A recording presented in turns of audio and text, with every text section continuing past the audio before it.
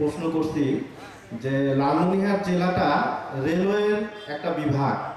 তো আপনারা তো দীর্ঘদিন সময় সরকারে ছিলেন, বিভিন্ন সরকারের সাথে সম্পৃক্ত ছিলেন, কিন্তু আপনারা কখনো রেলকে নিয়ে চিন্তা ভাবনা করেন নাই।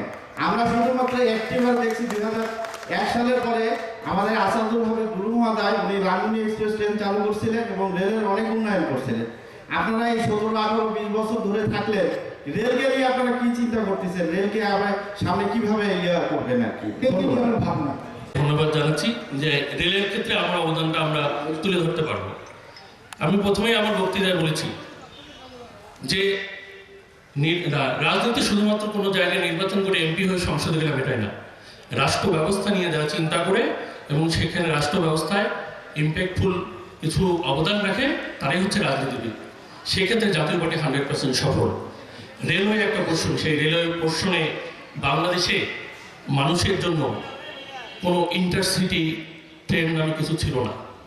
পল্লীবন্ধু হুসেইন মোহাম্মদ এরশাদ বাংলাদেশে ইন্টারসিটির প্রবর্তক, এবং আজকে যে যার ট্রেন আপনারা দিয়েছেন ধন্যবাদ জানাই আমি, কিন্তু সেই ব্যবস্থার উদ্ভাবক জাতীয় পার্টি এবং পল্লীবন্ধু হুসেইন মোহাম্মদ এরশাদ। এই রেলকে বিকেন্দ্রীকরণ করা এবং লালমনিরহাটে পরবর্তীতে যে আরেকটি ট্রেন চালু হয়েছে, এই ট্রেনটা জাতীয় পার্টির সময় হয়েছে, জাতীয় পার্টির অবদান।